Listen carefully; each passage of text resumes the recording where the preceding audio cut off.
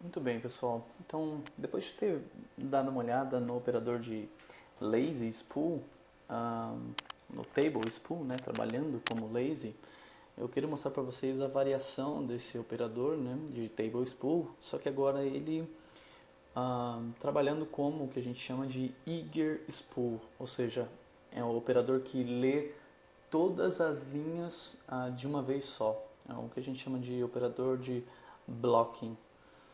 E normalmente quando eu vou explicar para que esse operador funciona, eu acabo fazendo uma demonstração e falando sobre um problema que ficou conhecido no mundo de banco de dados chamado Halloween Problem. Isso aconteceu há um bom tempo atrás e originalmente engenheiros da IBM identificaram esse problema. E aí o cenário clássico que foi contado quando eles identificaram o problema é que eles estavam tentando dar um update numa tabela de funcionários para atualizar o salário em 10%, por exemplo, e o update não terminava nunca. Tá? Então eles queriam atualizar o salário de todo mundo em 10% e o update não terminava nunca. Esse problema, né, do update foi identificado, né, ele ficou conhecido em época de Halloween, daí o nome Halloween Problem. Então, eu vou mostrar isso para vocês e mostrar como o SQL Server é, evitou ou se protegeu desse problema utilizando alguns operadores, inclusive o operador de eager_spool. Tá? Primeiro vamos entender o problema para depois vocês visualizarem como a Microsoft usou o operador de eager_spool para corrigir o problema. Então eu tenho aqui um slide ilustrando o cenário que ocorreu lá com a IBM. É um pouquinho diferente, mas é o mesmo conceito. Tá? Então, o que eles queriam fazer? Eles tinham lá uma tabela de funcionários e eles queriam dar um aumento de 10% para todos os funcionários que ganhavam menos de R$ 3.000. E aí, como que um update é processado no SQL Server? A primeira coisa que o SQL tem que fazer é procurar qual linha que ele vai atualizar. Qual a primeira linha que ele vai atualizar, né? Quais são os funcionários que ele tem que dar um aumento de 10%. E aí, nesse caso, essa tabela de funcionários, ela tem dois índices. O índice cluster, que é pela coluna ID, que é a minha tabela, né? E um índice pela coluna salário, que é esse que está do lado aqui, pela coluna salário. E reparem o seguinte, eu tenho um filtro por where menor que 3.000. Então, o SQL, sendo esperto, o que ele vai fazer? Para ele identificar quais são os clientes ou os funcionários que ele tem que atualizar, ele vai usar um índice por salário. E aí o índice por salário, tá vendo? Ele está ordenado por salário, né? Porque ele fica fisicamente ordenado pela chave do índice. Como nesse caso a chave do índice é a coluna salário, ele está aqui na ordem de salário. Beleza? Então vamos lá. Primeira coisa que ele tem que fazer vou começar a executar o update, ele precisa descobrir qual linha que ele vai atualizar, quais linhas serão afetadas pelo update. E aí, a primeira linha que ele acha utilizando o índice é o ID 1, que é o Fabiano. Então, o salário lá de 1.900. E aí, o que mais que eu tenho que fazer? Eu preciso atualizar esse valor em todos os índices da tabela que usam essa coluna. Então, eu tenho dois índices, eu tenho a tabela propriamente dita, que é meu índice cluster, e eu tenho um índice por X salário. Então, a primeira coisa que a SQL vai lá, eu vou ter que atualizar o Fabiano de 1.900 para 1.900 mais 10%, que daria então os 2.090. Beleza? Atualizei no índice cluster. Agora eu tenho que atualizar no índice por salário. Lembre-se, todos os índices ele tem que ser mantidos atualizados conforme você vai dando manutenção na tabela. Então, se você atualizou na tabela, ele atualiza em todos os índices também. Então, quando eu atualizo no índice por salário, o que acontece?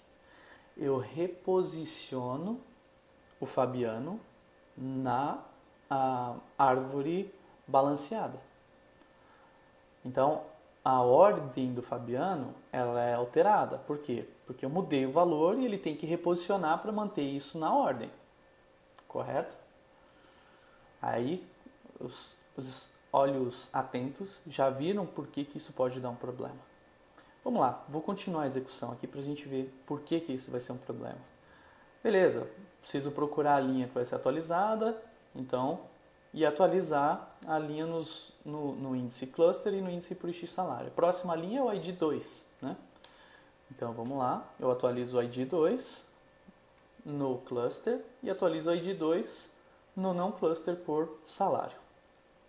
Procuro a próxima linha e atualizo as linhas no cluster e no não cluster. Próxima linha é o ID 3. Então vamos lá, o ID 3 foi alterado e ficou vermelhinho. Agora, a hora que eu alterar ele no índice por salário, o que vai acontecer? Ele caiu lá para baixo na árvore, né? No índice, na ordem do índice, na árvore balanceada. E agora, a hora que eu pedir atualize ou me dê a próxima linha que vai ser atualizada, quem que vai ser retornado? O ID 1. E o ID 1 já foi atualizado. Então, qual que está sendo o problema aqui? O problema é que eu estou reutilizando como origem, como fonte da minha pesquisa para eu saber quais linhas serão atualizadas, uma informação ou um índice que está sendo modificado conforme o processo update. Então, eu leio a linha, eu atualizo a própria linha que eu li, reposiciono ela na árvore, daqui a pouco eu corro o risco de ler ela de novo. É exatamente esse o problema, tá?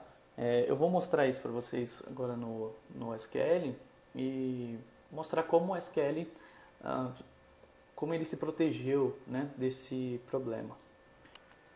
Então aqui no SQL a gente tem o script 16, né, que a gente vai utilizar para poder simular o que eu acabei de falar. Então aqui eu tenho um script que cria a tabela de funcionários e insere os mesmos funcionários que a gente acabou de ver. Então vamos lá, vamos só criar essa tabelinha aqui. E aí lembre-se, né, ela tem um índice por salário, né? Muito bem. E aí vou só consultar ela aqui. Então tem os 4 funcionários, né? E aí a hora que eu rodar um update, que é o mesmo update que estava lá no slide, o que eu espero visualizar aqui como plano de execução? Então vamos lá, Display Estimate Execution Plan. Tem algumas observações importantes aqui. Por enquanto, assim, esses operadores de compute scalar a gente pode ignorar, tá? Até para ficar melhor a visualização aqui, eu vou abrir no SQL Sentry Plan Explorer lá, né? Então, só para ficar mais fácil da gente visualizar o que está acontecendo, para caber na tela, né? Vamos lá. Carregando.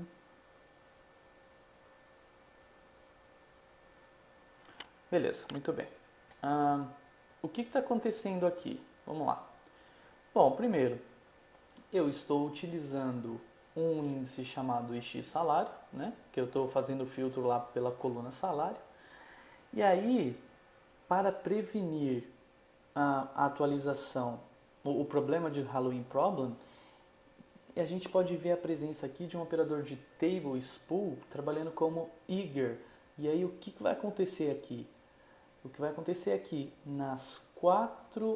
as 4 linhas que forem retornadas aqui do seek, elas serão incluídas aqui no spool cache, né, que a gente chama, na área temporária do spool.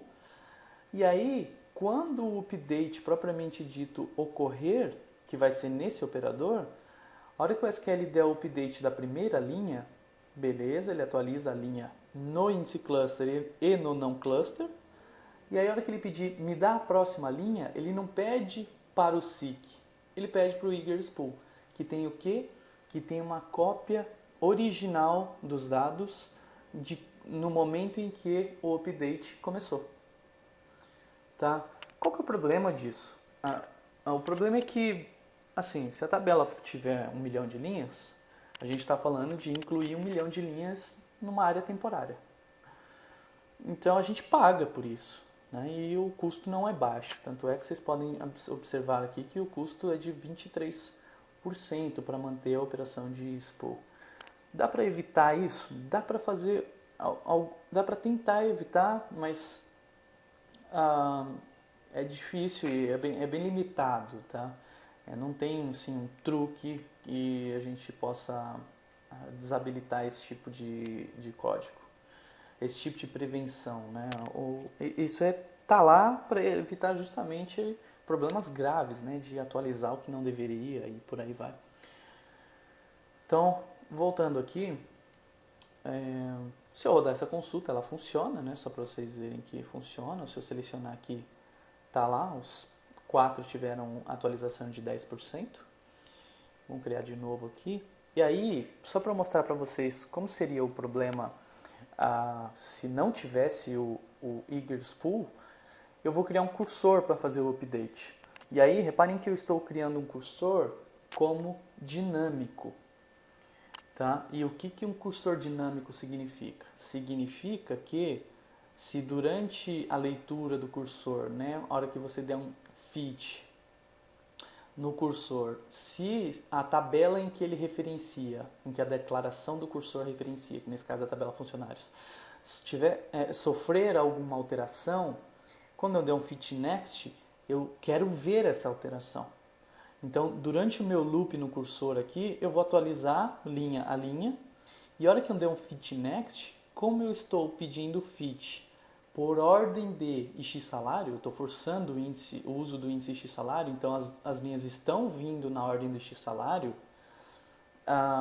eu vou justamente simular o que? Eu vou dar um fit next, fit para sempre aqui, e isso não vai acabar nunca. Por que não vai acabar nunca? Porque eu tirei a limitação aqui do salário menor que 3.000. Beleza? Eu vou rodar isso aqui só para vocês verem. Eu vou rodar com o where salário menor que 3.000. Só para você ver que ele vai... no fim aqui eu desaloco o cursor e dou um select para a gente ver o que está acontecendo. Vamos lá. Ó, ele rodou vários updates aqui e foi até todo mundo for maior que 3.000. Se não tivesse o where, o que eu ia ter? Eu ia ter um loop infinito. Isso aqui vai ficar rodando para sempre, tá vendo? Eu vou parar e a gente pode ver que tá lá, ó, já estava em 29.000 o salário. E ia ficar rodando para sempre, tá? Não ia terminar. Por quê? Conforme eu faço o update no índice não cluster, as linhas reposicionam e eu nunca chego no fim, né? Eu sempre tenho uma próxima linha para eu ler. Eu vou dar um rollback aqui. E aí, usando um cursor estático, que é o quê? Que grava uma cópia dos dados no tempo DB da declaração do cursor, exatamente o que o spool faz, né? A gente não tem o problema. Então, vou só rodar aqui. Por quê? Porque quando eu der um update aqui, essa cópia do cursor não vai refletir a alteração do update. Então, eu não tenho problema. Então, eu executei só os 4 updates que deveriam aqui. Algumas dicas. Se você fizer um filtro por um índice único, e aí o SQL tem que saber que isso é um índice único, nesse caso é minha chave primária, mas se não fosse minha chave primária, fosse uma outra coluna, e você não tivesse declarado como unique, o SQL não teria esse conhecimento da unicidade da coluna e não evitaria a validação contra o Halloween Problem, né? O que a gente chama de Halloween Protection. Ele não incluiria, ele não deixaria de incluir o Halloween Protection. Então vamos só dar uma olhada nesse plano. A única coisa que tem diferente aqui é que agora eu forcei um filtro com a operação de igualdade em uma coluna única, que é a minha chave primária. E aí, ó, não tem o operador de spool, tá vendo? Então, o SQL inclui aqui o top, né, para poder fazer isso, fazer a otimização. Mesma coisa que se eu escrever um top 1, o SQL sabe que só uma linha vai ser retornada, então não há necessidade de Halloween Protection. Tá? Então aqui também não tem. não tem o Halloween Protection, não tem o operador de spool. O que eu disse é que se não fosse, se eu vou dar um create index aqui, ó, em x1 on funcionários, pela coluna contact name, se não me engano, né? Isso. Contact name. Ela é única, né? Mas se eu não criar como único, então vamos lá. Ah, ela é muito grande. Ela é muito grande. Deixa eu só recriar aqui com sei lá, um varchar de 200. Já dá. Beleza. Vamos lá no create index. Cadê você? Tô aqui. Criei o índice. E agora se eu fizer um filtro por contact name igual a Fabiano, por exemplo, tá lá, ó, table spool. Precisava do table spool? Não precisava do table spool. Só que o SQL não sabe que esse índice aqui vai retornar sempre uma linha. Por quê? Porque você não definiu como único. Então defina como unique. Vamos apagar o índice e criar de novo. Criei de novo, dessa vez como unique. E aí agora o que a gente tem? A gente tem a otimização de não preciso mais do operador de spool. Beleza? Esse é um dos vários motivos em que você deve definir um índice como único, se ele é único. Tá? Também existe Halloween Protection e o uso de spool, de lazy ou do eager spool, né, para inserts. Existem vários cenários, né, que o Halloween Protection existem variações, né, do mesmo problema. Então, o que eu estou fazendo? Eu vou só criar uma tabela temporária aqui e eu vou tentar inserir o que nela? Vou inserir todas as linhas da orders big, aonde não exista nada na própria variável. Então, o que eu poderia fazer é, vamos lá, criei a tabela e aí faz de conta que, o que eu quero com isso? Eu só quero inserir se ela estiver vazia. Essa é uma forma muito feia de fazer isso que eu estou fazendo, mas é uma possibilidade, né? Então, se a tabela temporária estiver vazia, insere nela as linhas da order big. Então, reparem o quê? Que eu estou inserindo algumas linhas na TMP e no select que vai dar origem às linhas que vão ser inseridas, eu também estou usando ela. E aí, o que a gente visualiza? A gente visualiza um operador de eager spool extremamente caro. Por quê? O que ele vai fazer? Ele vai executar o select e o not exist, vai incluir todas as linhas no eager spool e depois vai inserir. Então, quer ver? Eu vou só rodar essa consulta para vocês verem quanto tempo demora. Vamos lá. Vai demorar alguns segundos. Beleza, 5 segundos.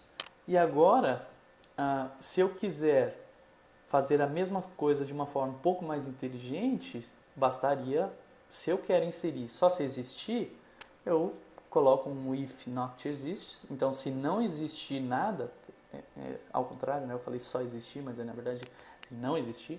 Então, se não existir nada na TMP, simplesmente insere. Não preciso referenciar ela de novo aqui no not exists, né? Então, só para vocês verem a diferença de performance, deu 1 segundo, né? Contra 5, eu vou ligar o plano de execução. E a gente pode ver o quê? Que o SQL gera cadê você? Ele gera um plano para o if not exists e dependendo da condição, ele executa esse plano ou não. Se eu der um Ctrl L aqui, ó, vamos lá, a gente vê um plano um pouco mais legal, que é o quê? Aqui o not exists, dependendo do que for passado aqui para a condição, eu executo esse insert, ou não. Beleza? Muito bem. Agora um caso interessante. O nosso querido SQL Server sofreu bastante com problemas de Halloween Problem e uma série de variações desse problema causavam erros no SQL.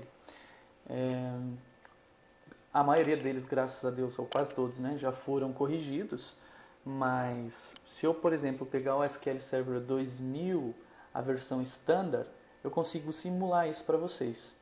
Eu até tenho o SQL instalado aqui na minha máquina, mas como eu estou no Windows 7, a versão Standard não instala, né? Então, o que eu fiz? Eu instalei o SQL 2000 Standard numa máquina virtual que eu tenho lá no Azure. E a gente tem aqui como simular o problema, né? Esse problema foi corrigido, se eu não me engano, foi no Service Pack 1, tá? Do SQL Server 2000. Mas o que eu fiz? Eu instalei o SQL 2000 sem Service Pack nenhum para justamente mostrar o problema, tá? Qual que é o problema? É uma variação do Halloween Problem, tá? Que era para retornar uma coisa e retorna outra, né, no SQL. Então, o que eu fiz? Eu criei a mesma tabelinha funcionários, mas dessa vez eu criei uma coluninha chamada chefe, que tem o relacionamento, né, autorrelacionamento, em que eu falo na coluna chefe quem que é o chefe do funcionário, né? Então, quem que é o chefe do Fabiano aqui, por exemplo, é o ID 2. O ID 2 é o Luciano. Então, vamos lá. Vou criar a tabela. Beleza. Vou dar um select nela aqui só para a gente ver como é que está posicionada a hierarquia. Bom, o Fabiano responde para o chefe 2, que é o Luciano. O Luciano não responde para ninguém, porque ele é o chefe maior. O Gilberto também responde para o Luciano. E o Ivan responde para o Gilberto. Beleza? Muito bem. Aí, o que eu quero fazer? Eu esqueci. Eu quero criar uma coluna responde para já com a descrição para quem que eu respondo, e não só o ID. Tá? Faz de conta que eu quero criar uma coluna desse tipo. Então, o que eu faço? Eu adiciono uma coluna responde para na tabela e eu atualizo. Como eu sei que o Luciano não responde para ninguém, eu já coloco que ele responde para Deus e só. Então, vamos lá. Vou dar um update aqui só para criar a tabela. E agora, se eu der um select na tabela, o que eu tenho? Eu tenho aqui que o Luciano não responde para ninguém.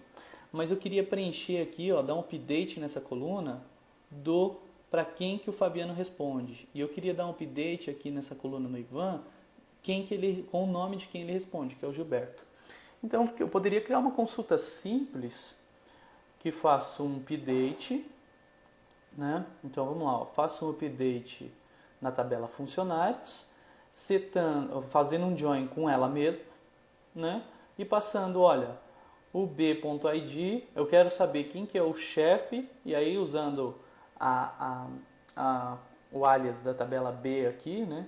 Para identificar quem que é para quem que ele responde, né? Para quem que esse funcionário responde.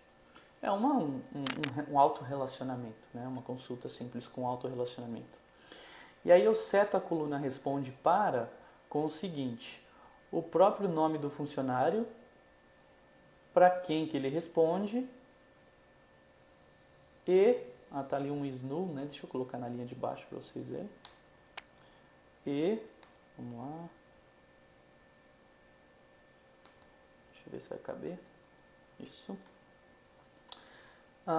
E eu quero saber aqui que se ele responde, por exemplo, se é o Deus, eu quero saber que responde para Deus. Deixa eu só rodar isso aqui para vocês verem o que deveria retornar. Eu vou colocar aqui com loop join para evitar o erro, para a gente ver o que eu queria que retornasse. Olha só. Então vamos lá. O Fabiano responde para quem? O Fabiano responde para o Luciano e o Luciano responde para Deus. Beleza? O Luciano responde para quem? Para Deus e ninguém mais. O Gilberto responde para quem? Responde para o Luciano, que responde para Deus. E o Ivan responde para quem? O Ivan responde para o Gilberto. Beleza? É isso aí mesmo que eu queria ver, tá? Aí eu poderia descer ainda mais um nível, né? E o Gilberto responde para Deus, mas não é isso que eu quero, beleza? Esse é o resultado esperado, né? Desse update. Agora, se eu deixar como bug, e aí o bug, olha só, vamos olhar o plano com o loop join para vocês verem. O plano com o loop join tem o quê? Tem um spool, como era feio os ícones no 2000, né? Mas tem aqui um eager spool, tá vendo? Esse é o íconezinho do eager spool. Agora, com um hash join, por exemplo, se o SQL tivesse optado por processar essa consulta usando um hash join, o que eu tenho? Eu não tenho a presença de um operador de spool, tá vendo? O hash por si só, ele já contém uma cópia das linhas. Então eu confesso que eu não sei porquê, e aí é bug no código mesmo, né? Que ele está voltando nas tabelas e não só aqui no hash. Apesar que o hash não tem uma cópia inteira, né? Ele só responde se faz match ou não. Aí faz sentido, realmente, conter bug. E aí o que acontece? Eu vou só rodar aqui para vocês verem, ó. Deixa eu criar de novo, né, o cenário.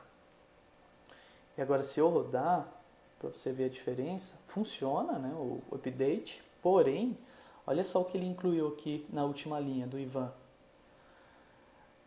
Ele armazenou esse responde para aqui, e aí colocou Ivan responde para Gilberto, e deveria ter terminado aqui. E pegou mais essa string aqui e concatenou aqui também, ó.